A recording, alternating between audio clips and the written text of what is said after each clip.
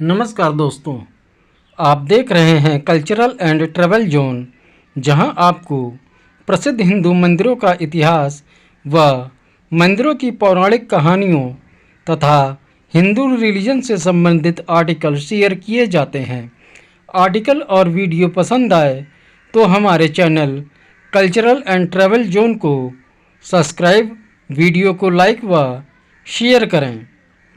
भारत व विदेशों में कई मंदिर अपनी ख्याति व करिश्मे के लिए प्रसिद्ध हैं।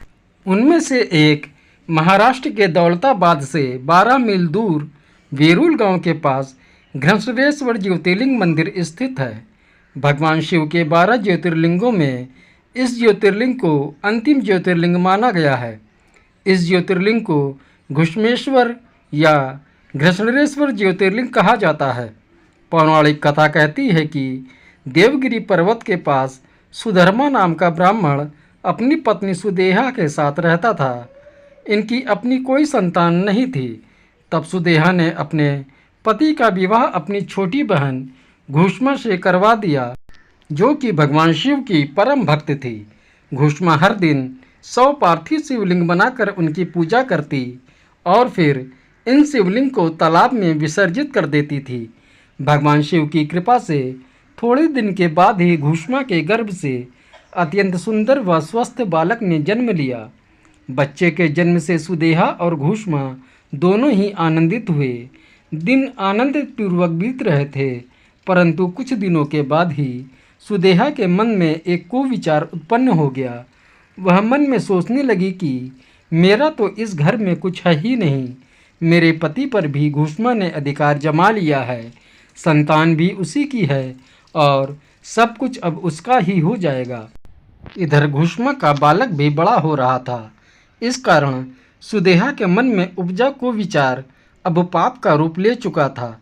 इसी के वशीभूत होकर अंततः एक दिन सुदेहा ने घुष्मा के युवा पुत्र को रात में सोते समय मार डाला और उसके शव को ले जाकर सुदेहा ने उसी तालाब में फेंक दिया, जिसमें घुष्मा प्रतिदिन भगवान शिव के पार्थिव शिवलिंगों को विसर्जित किया करती थी।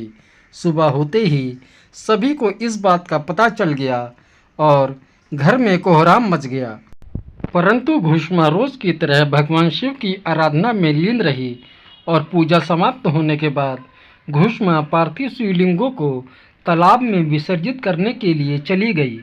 जब वह तालाब से वापस लौटने लगी, उसी समय उसका पुत्र उसे तालाब से निकलकर बाहर आता दिखाई पड़ा और हमेशा की तरह आकर घुष्मा के चरणों में गिर पड़ा, जैसे कि कहीं आसपास से घूमकर आ रहा हो।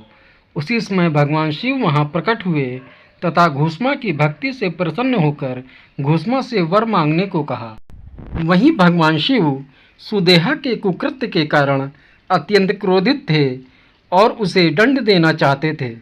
तब घुष्मा ने हाथ जोड़कर भगवान शिव से कहा कि प्रभु, यदि आप मुझ पर प्रसन्न हैं तो मेरी बहन को क्षमा कर दें। निश्चित ही उसके हाथों से पाप हुआ है, परंतु आपकी दया से मेरा पुत्र मुझे वापस मिल गया है, इसलिए आप मेरी बहन को क्षमा कर दें। आपसे मेरी एक विनती और है कि लोक कल्याण के लिए आप इस स्थान पर हमेशा के लिए निवास करें। भगवान शिव ने घुष्मा की ये दोनों प्रार्थनाएं स्वीकार कर लीं और सुदेहा को क्षमा करके खुद ज्योतिर्लिंग के रूप में वहीं निवास करने लगे। और अपनी भक्त घुष्मा के आराध्य होने के कारण भगवान शिव घुष्मा के नाम से घृष्णेश्वर महादेव के नाम से स्थापित हो गए।